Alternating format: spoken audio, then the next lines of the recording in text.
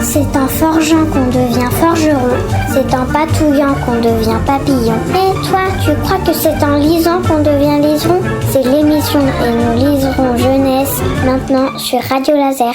Bonjour et bienvenue à toutes et à tous, c'est Sophie au micro de Radio Laser pour une nouvelle émission de Et nous liserons jeunesse.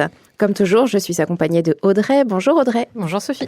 Comme chaque mois, on va vous parler de littérature jeunesse. Et pour commencer, je vous propose de faire le tour des animations prévues pendant les vacances à la chouette médiathèque de Guichin. Petit rappel, pendant le mois d'octobre, c'est le temps fort des bibliothèques des Vallons sur le thème du polar. N'hésitez pas à aller sur le site bibliothèquedesvallons.fr pour voir l'ensemble du programme. À Guichin, on vous propose 2 séances de chouette ciné le mardi 21 et le mercredi 29 octobre à 16h. C'est à partir de 6 ans et on vous propose une enquête policière sur les toits de Paris. Il y aura aussi les chouettes lectures le mercredi 22 octobre à 10h30 et le vendredi 24 octobre à 16h. Si vous avez raté la soirée pyjama de vendredi, il n'est pas trop tard pour venir découvrir les enquêtes lues à cette occasion et c'est à partir de 4 ans. Pour les autres rendez-vous, il y a de quoi lire. Le nouveau rendez-vous Young Adult se déroulera le mardi 28 octobre à 18h. Déborah vous propose de découvrir et d'échanger autour des nouveaux romans du fonds Young Adult. Donc c'est ce fonds destiné aux jeunes adultes, si on le veut le dire en français. Et donc voilà, avec des romans sur tous les genres, de la romance, du roman contemporain, il peut y avoir un petit peu plein de choses sur ce temps d'échange. Et pour les ados amateurs de frissons, on leur propose de venir s'échauffer pour leur soirée d'Halloween à la médiathèque.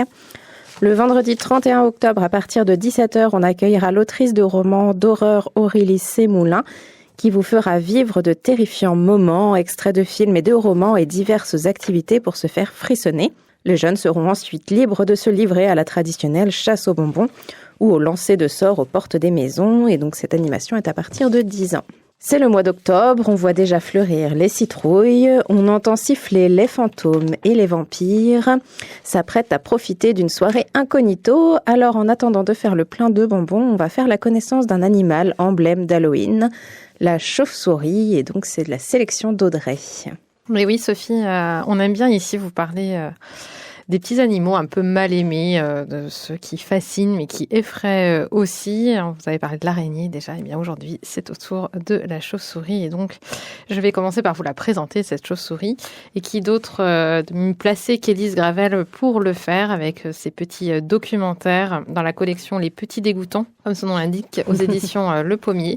Elle nous explique à la fin du livre que toute jeune, elle se passionnait pour les petites bêtes un peu dégoûtantes, qu'elle a même fondé à 3 ans et quart, ça c'est précis, l'association pour la défense des petits dégoûtants, dont elle était la présidente et l'unique membre. Et donc aujourd'hui, quand elle n'est pas occupée à parler avec une mouche ou un verre, elle écrit et illustre des livres. Et effectivement, dans cette petite collection sympathique, on trouve le rat, la limace, le ver, le pou, la mouche, l'araignée que je vous avais présentée, et aussi le crapaud. Alors, je dois être un peu comme Élise Gravel, parce que moi, j'adore ces petites bêtes qu'on n'aime pas trop. Donc là, à nouveau, un petit format, peu de pages, peu de texte aussi, mais les informations essentielles, l'essentiel pour connaître un peu mieux l'animal en question. Elle nous explique rapidement que la chauve-souris, elle s'appelle Chiroptère, que c'est le nom scientifique. Donc voilà, c'est pas parce qu'on parle aux plus petits qu'on se dispense d'utiliser des grands mots, des mots savants. Il y en a peu dans cet ouvrage-là, mais il y en a quand même certains. On parlera un peu plus tard d'écolocalisation aussi tout à l'heure. Le chiroptère, ça vient du grec chiroptera, c'est-à-dire la main ailée. Effectivement, quand elle ouvre ses ailes, la chauve-souris, on voit bien les 5 tiges qui constituent un peu comme les doigts d'une main. Donc tout ça est expliqué. C'est un petit mammifère, un mammifère qui vole. C'est le seul mammifère qui est capable de voler. Donc voilà, l'idée c'est de vous la présenter, de vous présenter son milieu naturel, son mode de reproduction, son régime alimentaire, etc. À chaque fois une petite phrase sur la page de gauche et puis une petite scénette très humoristique qui vient illustrer en fait l'information donnée plus haut. Vous voyez par exemple sur la page qui nous explique que la chauve-souris est le seul mammifère capable de voler, on a ce petit cochon qui dit « Oh, c'est pas juste » en voyant la chauve-souris faire « Youhou » en s'envolant sur la page de droite. Donc voilà, c'est très accessible pour les petits et je trouve que ça dépoussière complètement le genre documentaire. On est bien loin de nos encyclopédies 2000 pages, très denses en termes d'informations et d'illustrations. On est sur des choses très sympas. En plus, on a un jeu sur les polices, la taille des lettres, la couleur des lettres, qui fait aussi que ça colorise et que ça dynamise un petit peu tout le sujet. Donc pour en revenir à notre petite chauve-souris, elle est un petit peu partout dans le monde, sauf dans les pays très froids, sauf dans les extrêmes qu'elle n'aime pas trop. Il existe plus de 1200 espèces de chauves-souris, c'est fou quand même quand on n'imagine pas. Ouais. J'ai même vu 1400 pendant mes recherches. Alors je pense que ça oscille, en tout cas plus de 1000 espèces de chauves-souris dans le monde. La plus petite, elle mesure 3 cm et la plus grande jusqu'à 1,80 m d'envergure. 1 mètre, ah oui. Le renard volant. Alors, c'est pas en Europe, je crois pas, mais en tout cas, elle existe. Et puis, on vient nous dire que les vampires, les chauves-souris vampires, c'est 3-4 espèces sur les 1400. Donc, voilà, encore une façon de dédramatiser, en tout cas, de retirer un peu tout du fantasme qu'on a autour de la chauve-souris. Une petite chauve-souris vampire qui se nourrissent de sang animal. Donc, il y en a quelques-unes, mais en Amérique surtout. Par ici, on a des espèces qui mangent des insectes. On a d'autres espèces qui mangent plutôt des fruits ou plutôt des petits animaux, des petites souris, des petits... voilà, ça peut arriver aussi, mais c'est plutôt des insectes ou plutôt des fruits. Qu'elles aiment nos greniers, nos granges, et qu'elles aiment s'y protéger et s'y réfugier pour dormir suspendues la tête en bas. Que c'est un mammifère qui hiberne, comme l'ours. Vous voyez donc tout un tas de petites informations. C'est un mammifère, donc elle ne pond pas d'œufs, elle a 2 petits à la fois. Et le petit bébé chauve-souris d'ailleurs peut voler dès l'âge de 1 mois. Donc assez rapidement, il peut déployer ses petites ailes. L'écolocalisation dont je vous parlais, effectivement, elles émettent des ultrasons qui viennent rebondir comme ça sur les objets et qui, par retour du son, leur permettent de se repérer dans le ciel notamment. Et puis voilà, elle conclut aussi, parce que c'est important pour Élise Gravel, qui est un peu ambassadrice des grands sujets de société, venir nous dire aussi qu'il faut les protéger pour des raisons de respect de l'environnement. Et puis, c'est l'allié, en fait, l'allié des agriculteurs. Elle vient manger les petits nuisibles, ceux qui viennent ravager nos cultures, etc. Donc, elles sont extrêmement importantes. Quand on en croise, il ne faut absolument pas les approcher pour respecter leur tranquillité. C'est vraiment une espèce à découvrir et à protéger. Elle dit à la fin, la prochaine fois que tu rencontreras une chauve-souris, laisse-la donc ronfler tranquille. C'est notre copine. J'espère qu'à défaut de l'aimer, vous arriverez à la respecter, en tout cas à l'apprivoiser. C'est un petit dog qui s'appelle tout simplement la chauve-souris. Les éditions Le Poney, je l'ai précisé, je pense, au départ. Donc après vous avoir présenté la chauve-souris, je vais vous parler aujourd'hui beaucoup d'amitié. Les amitiés un peu improbables, ça aussi c'est un thème qu'on aime bien ici. Puis la chauve-souris, ça s'y prête parce que par un jeu de contraste, vous allez voir dans chacun des albums, on arrive un petit peu à explorer la dimension contrastée qu'elle peut exposer là-dessus. Donc le premier album, je ne sais pas si je vous en avais parlé, mais bon, l'idée c'est de revenir, en tout cas d'en reparler parce qu'il est vraiment magnifique. Il s'appelle Rose et Célestine. C'est signé Maëlys Dauphren et Fanny Ducassé, je crois pour Kaléidoscope. Alors, Rose et Célestine, c'est une balade. C'est tout doux. C'est tout simple. C'est l'histoire d'une rencontre entre une vieille dame qui s'appelle Rose, une mamie. Elle a des enfants et des petits-enfants. Elle a perdu son mari. Et elle se couche un soir, comme tous les soirs, et tout d'un coup, quand l'horloge égrène ses 11 coups, vient la voir, vient la visiter une très jeune chauve-souris qui s'appelle Célestine, par un bruit de drap claqué au vent. J'adore parce qu'en fait, c'est exactement ça. Moi qui les entends très souvent l'été dans la maison, c'est exactement ça. C'est un bruit de drap claqué au vent, les ailes de chauve-souris. Donc le bruit déjà l'interpelle et puis elle va rapidement lui demander ce qu'elle fait là parce qu'elle lui dit mais tu devrais être en train de chasser là dehors, la nuit est tombée. Et la petite chauve-souris va vite lui avouer qu'elle préfère être à l'intérieur parce que dehors on se moque beaucoup d'elle parce qu'elle a peur de la nuit. Alors, c'est quand même un comble pour une chauve-souris. Effectivement. Alors, je vous invite à aller voir quand même cette adorable chauve-souris. Je pense qu'après on ne peut que les aimer en rencontrant Célestine. Et donc la vieille dame, elle va dire, tout simplement, elle va se lever et de son lit, elle va chausser ses chaussons. Elle reste en chemise de nuit. Elle va juste mettre un petit châle sur les épaules et elle va lui dire « Suis-moi, on va sortir toutes les deux, on va aller se promener et je vais te faire aimer la nuit. La nuit peut être si belle. Laisse-moi te dire la nuit. Laisse-moi te raconter la nuit. » Et donc, on va partir avec elles deux dans cette nuit de fin d'été, comme je l'imagine un peu, parce qu'elle parle de blé mûr, de baies, de fraises des bois, etc. Donc j'imagine une fin d'été, un début d'automne. Le jardin est très fleuri encore. Voilà, comme toujours chez Fanny Ducassé. Et donc on va comme ça s'engager sur une balade toute simple. Elle va essayer de lui raconter la nuit par les sens, parce que c'est sûrement l'un des points communs qu'on a aussi avec les animaux. Elle lui dit par exemple, tu sais, la nuit ça sent la menthe et les aiguilles de pin, ça sent les miettes de soleil, les coquelicots froissés. Et si tu te concentres, tu reconnaîtras le blé des champs, les grands chênes de la forêt voisine. Sur l'épaule de Rose, Célestine écoute et à son tour essaie de sentir. Elle dit « Ah oui, c'est vrai, je sens la musaraigne qui cherche ses petits, je sens la chouette effraie et ses plumes lustrées, je sens l'écorce des platanes et les fraises des bois. » Et donc voilà, de page en page, elle va se sentir de mieux en mieux. Elle va comprendre en fait que la nuit peut être aussi un refuge pour qui sait s'en faire un peu un manteau. Et qu'elle s'habille de lumière aussi, qu'elle n'est pas si noire la nuit finalement, et qu'en tout cas, comme lui explique Célestine, elle est aussi un moment privilégié de douceur. En tout cas, Célestine, elle se sent mieux la nuit, Rose, se sent mieux la nuit que le jour, parce qu'elle y trouve un silence qui lui fait beaucoup de bien. Donc voilà, je vous invite à la balade nocturne avec Rose et Célestine. On a un fond noir avec toujours des couleurs qui sont propres à l'univers de Fanny Ducassé. On a ce rouge un peu corail, ce vieux rose, ce bleu-gris, ce vert un peu anglais, ce jaune aussi qui est assez présent, ce jaune coquille, sur le fond noir de la nuit. C'est très beau et c'est comme toujours en fait hyper réconfortant parce qu'elle fait appel à plein de souvenirs de nos enfances aussi. Enfin, c'est tout simple, mais je trouve très très joli. Et puis voilà, sur la peur aussi, la façon aussi d'être accompagnée dans la domination de ses peurs. J'ai juste un petit bémol sur l'arrivée du petit voisin. Je ne sais pas ce que tu en penses, Sophie, mais je trouve que ça apporte pas grand-chose. Moi, je me serais bien arrêtée juste au matin qui se lève.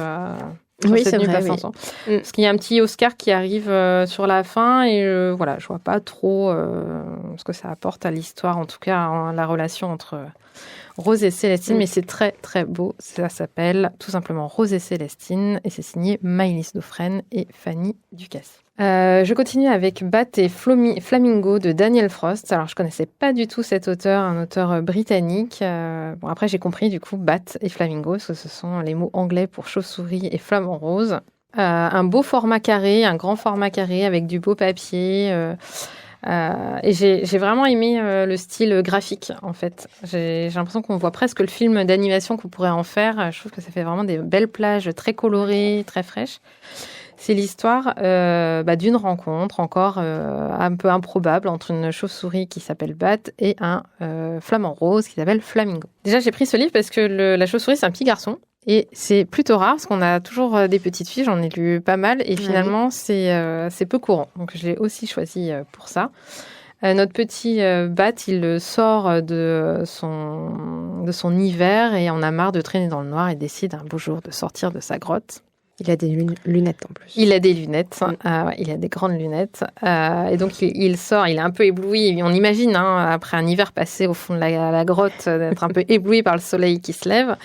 Et donc, il ne voit pas ce grand flamant rose, flamboyant, tout rouge, qui vole aussi à contre-courant dans le ciel. Donc, c'est une collision, tête contre tête, assez violente. Et voilà, ça va permettre la rencontre, ça va permettre la naissance d'une belle amitié entre ces deux-là. Je les trouve super attachants, ils sont rigolos. Notre flamant rose, lui, il est photographe, en tout cas, il a ses lunettes de soleil triangulaires et tout, il est super stylé. Et donc, entre les deux, d'abord, alors là, il n'y a pas la méfiance, il n'y a pas de peur, il n'y a pas de rejet comme on peut avoir dans d'autres histoires. Là, vraiment, il va y avoir une curiosité réciproque à se découvrir et à s'apprivoiser.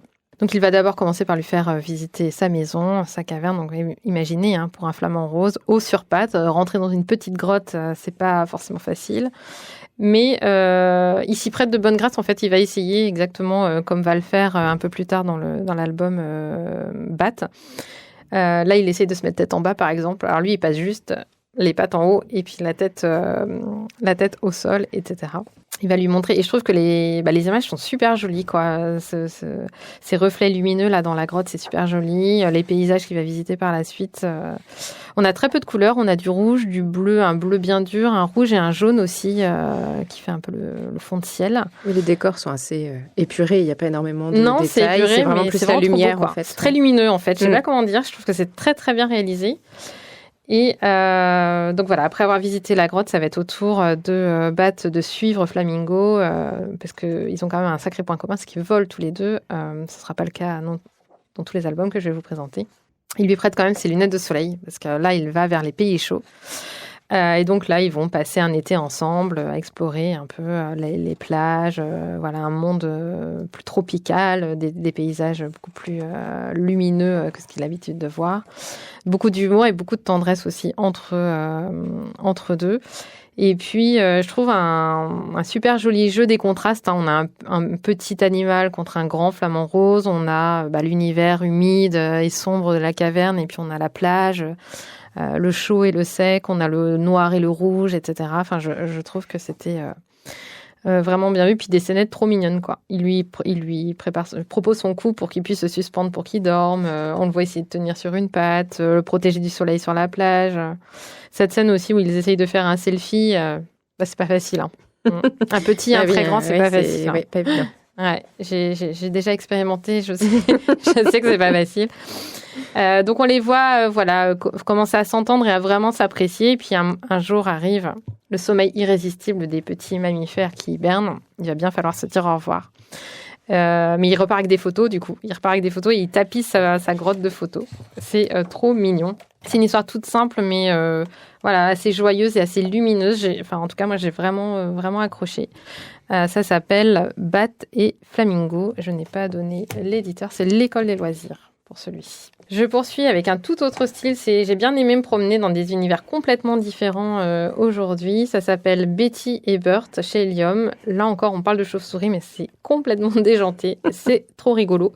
On a un fond noir parce que la plupart des scènes vont se dérouler dans la caverne aussi, au fond de la grotte. Et on va faire la connaissance ici d'une colonie de chauves-souris. Alors elles sont, j'ai pas compté, hein. Il y en a beaucoup. Elles sont toutes représentées de la même façon. En fait, c'est le même personnage. Elles sont toutes roses, mais un beau rose bonbon. Sauf notre petite Betty, pour la reconnaître, notre petite héroïne, elle est vraiment plus claire. Elle a un rose un peu plus pâle, mais elles sont toutes pareilles. Et il va y avoir un beau travail sur les expressions des yeux, du coup, parce que c'est ce qui va nous permettre de comprendre les émotions et là où ils en sont, puis de l'évolution de l'histoire. Donc cette petite Betty va nous présenter sa grande famille dans une grotte, comme il en existe beaucoup de par le monde. Elle nous raconte que c'est une maison tout à fait ordinaire, sauf que le plafond est au sol et le sol au plafond. Je vous rappelle qu'on est chez les chauves-souris. Donc on va avoir cette petite Betty qui vit une vie finalement tout à fait normale de chauve-souris, qui prend son petit déjeuner, qui va prendre sa douche. Mais alors quand on est très nombreux, les aléas du collectif, il faut attendre son tour. Alors ça grogne un peu. Le matin au petit déjeuner, il y a des appétits qui ne sont pas très vite satisfaits.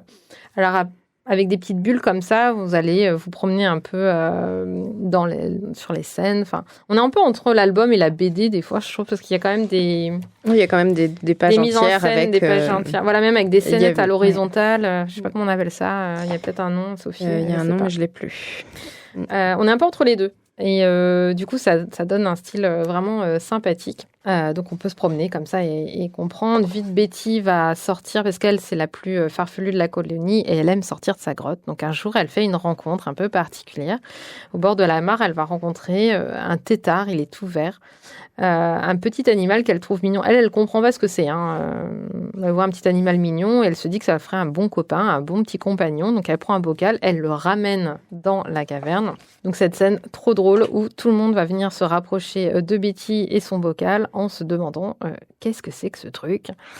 Attendez, mais c'est quoi son... Il a pas de bras, mais ça se mange. Ah, il a pas d'ailes, ça parle. Bon, moi, je le trouve chou. Il a pas de jambes. C'est une sorte de poisson, tu crois? Eh Bob, viens voir. Il a pas d'oreilles, trop bizarre. Et comment il fait pour voler? Il y en a même un qui dit vert, c'est sa couleur ou bien il est malade? Donc voilà. Sauf que notre Burt, il va grandir vite.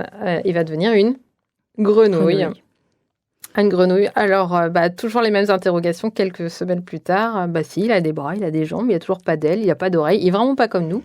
Et puis, il y a un truc qu'ils n'avaient pas du tout anticipé, c'est qu'il va faire quoi toute la journée, toute la nuit, toute la journée, sans arrêt. C'est une petite grenouille très malicieuse qui aime taquiner et faire des bêtises, qui va venir les chatouiller, qui va venir voler les serviettes, qui va venir se suspendre aux tiges sur lesquelles elle dorment, etc. Enfin, ça va devenir infernal.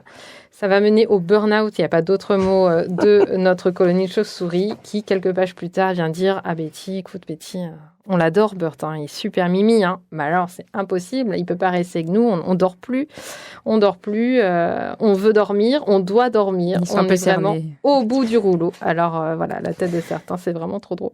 Il y en a même un qui dit « Est-ce que je suis vraiment en train de dormir là ou... » Ils sont vraiment trop choux, donc voilà. Sauf que Betty, c'est son copain et elle dit « Si vous ne voulez pas de Burt, je pars avec Burt. » Donc désolé et au revoir tout le monde. Et donc ils partent pour une grande aventure qui va les mener jusqu'à la famille de Burt et donc la colonie de grenouilles. Donc là toujours donc tout est vert, les grenouilles vertes avec notre petit Burt qui est un peu plus clair pour le repérer sur les pages.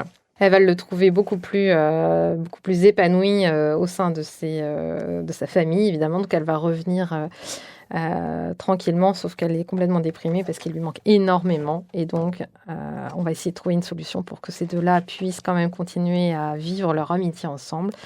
Et ils sont pas prêts ils sont pas au bout de leur surprise parce toutes nos petites chauves-souris vont s'allier pour leur fabriquer 2 cadeaux qui vont leur permettre de continuer leurs aventures ensemble. Donc voilà, il y a beaucoup d'humour, en fait, c'est plein de sourires, je trouve que c'est très frais, c'est très coloré. J'ai vraiment passé un bon moment en lisant cet album. Ça change aussi dans le style du dessin, dans le style graphique, je trouve que c'est quand même très intéressant. Une belle histoire d'amitié aussi chez les chauves-souris, ça s'appelle Betty et Burt chez Helium. Et je vais terminer, Sophie, cette sélection avec... un livre de Philippe Corentin qui s'appelle Mademoiselle tout à l'envers. J'adore le titre.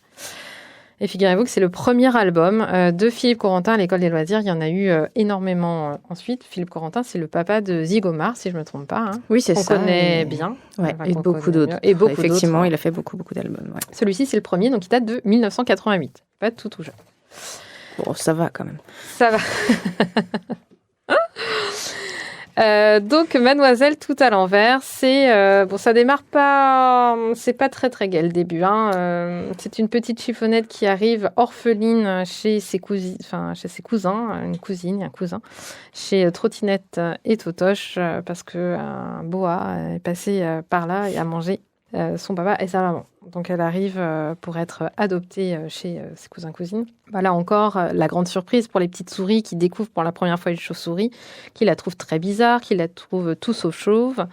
Elle a un drôle de museau chiffonné, elle a 2 grandes oreilles d'âne, etc. Et la surprise est encore plus grande quand elle ouvre ses ailes. On la trouve un peu bizarre, puis des ailes pas très jolies, etc. On sent une attitude un peu de distance quand même vis-à-vis de cette petite chauve-souris. Et en plus, c'est une rouspéteuse. Elle ne veut pas dormir dans le lit qu'on lui a préparé. Elle veut la tête en bas.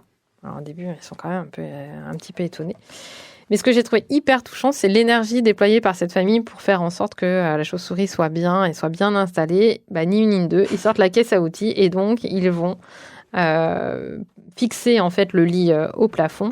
La table de chevet et la bougie qui du coup, on ne sait pas comment, mais continue ça tient à brûler. Ça marche. Et donc, cette petite chauve-souris qui va se blottir comme ça dans son lit, la couette jusqu'au cou, on la sent bien au chaud, etc.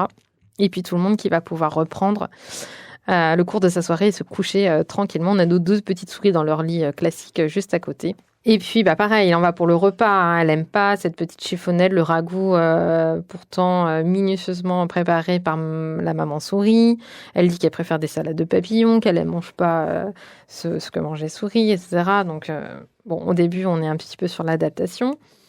Et puis vite, ils vont découvrir un des super pouvoirs qu'elle a, c'est-à-dire de voler, ce qu'elles ne font pas de leur côté. Donc, elles vont pouvoir prendre des cours de vol. Donc, vite, on comprend que tout va bien se passer et que l'adaptation va mieux se passer. Le seul problème, c'est que la nuit, la nuit pour les souris, c'est le jour pour la chauve-souris. Donc, elle passe la nuit à volter dans la chambre, à jouer au ballon, à sortir, à rentrer, à chantonner, à bousculer les chaises. Et elle ne s'endort qu'au petit matin. Donc on a, comme nos chauves-souris tout à l'heure, un moment de fatigue pour nos petites souris. On est obligé d'appeler le docteur parce que la maman s'inquiète de leur mauvaise mine. Il dit non, c'est juste un manque de sommeil, il faut dormir la nuit. Il m'a dit on aimerait bien, mais on peut pas, avec Chiffonnette qui met le bazar un peu toute la nuit. On est tout tourneboulé. Le jour, elle veut pas jouer avec nous parce qu'elle s'endort, et puis la nuit, elle joue sans nous. Donc il va falloir trouver aussi un petit moment, un équilibre. Et puis suite au passage du docteur, la petite Chiffonnette, elle ne se réveille pas. Elle dort tout le jour, puis toute la nuit, puis encore tout le jour, puis encore toute la nuit, puis encore tout le jour. Alors les souris se disent, mais soit elle boude, mais si elle boude, ça dure. On n'a jamais vu ça. Soit elle a vraiment un problème de santé, donc ils rappellent le médecin parce que trouve bizarre, qu'elle ne se réveille pas. Et puis le médecin sourit en disant, mais non, elle hiberne, votre cousine, parce que oui, l'hiver venu, la chauve-souris, elle s'endort pour de longs mois de sommeil. Oui, ils vont trouver l'hiver bien long. Ils la trouvaient bizarre un peu leur cousine. Et puis là, ils trouvent que ça dure quand même beaucoup. Ils essayent de faire du bruit. Ils mettent le bazar autour d'elle. Mais non, rien n'y fait. Elle dort bien profondément. Donc il va falloir patienter jusqu'au printemps. Puis quand le printemps va arriver, effectivement, ils vont pouvoir... ils sont tout heureux de la retrouver. Ils vont organiser une fête. Ils lui préparent une soupe aux hannetons et une tarte aux moucherons pour fêter ça, pour fêter Noël. Mais oui, c'est appétissant. Et donc, on les voit sur les dernières pages. La place est toute trouvée. Ça y est, elle est adoptée avec toute sa physiologie différente et puis ses rythmes et ses habitudes de vie complètement différentes. Mais comme quoi, tout est possible. Pour cet album Mademoiselle tout à l'envers, l'idée, elle est un petit peu sur cette thématique de travailler la richesse de l'altérité, je pense. De savoir surpasser la première attitude, un petit peu de méfiance pour venir partager de très beaux moments avec des petites bestioles qui nous semblent un peu trop différentes de nous. Voilà Sophie pour cette sélection. Ah oui, je voulais terminer par une citation de Philippe Corentin que j'avais notée, que je trouvais trop mignonne. Il nous a dit qu'une histoire doit être faite non pour endormir les enfants, mais pour les réveiller, et devrait d'ailleurs leur être lue le matin. Et je trouve que sur une thématique pour une chauve-souris, on pourrait nous aussi inverser les choses et lire l'histoire le matin plutôt que... pour les réveiller, parce que quelque part, ça apaise, ça détend, mais ça peut aussi peut-être nous donner beaucoup d'énergie au petit déjeuner. Voilà, donc une suggestion à appliquer, peut-être chez vous. Merci Audrey pour cette sélection dont vous pouvez retrouver l'ensemble des livres à la médiathèque de Guichen et sur l'ensemble du réseau. Je vais terminer avec quelques actualités autour de la littérature jeunesse. Une rencontre et séance de dédicace de Marco Chamorro et de l'illustratrice Alice Bossu le samedi 18 octobre, donc aujourd'hui même à 16h. Ce sera du coup à la librairie La Courte Échelle à Rennes. Et donc, c'est autour de l'album Un terrible après-midi publié chez Lagrume, une histoire de goûter d'anniversaire, d'enfants déguisés en monstres et de cache-cache. Ensuite, on aura un atelier créatif avec l'illustrateur Michael Jourdan, qu'on avait beaucoup apprécié il y a quelques années pour son album Premier Bonjour qu'il avait fait avec Claire Lebourg. Donc là, ce sera le mercredi 12 novembre à 14h30 à la Bibliothèque des Champs Libres de Rennes. Et puis pour terminer, il y a un grand événement qui approche à grands pas. Le 41e Salon du Livre Jeunesse de Fougères du 14 au 16 novembre. Au moment où j'ai préparé l'émission, la programmation n'était pas encore sortie, donc je vous invite à aller sur le site pour retrouver l'ensemble des auteurs qui seront présents et puis l'ensemble des animations qui seront proposées pendant tout le week-end. L'émission se termine. Merci de votre écoute. Merci Audrey. Merci Sophie. Vous pouvez retrouver le podcast sur le site de Radio Laser et toute l'équipe de Et nous liserons sur la page Instagram de l'émission. À bientôt.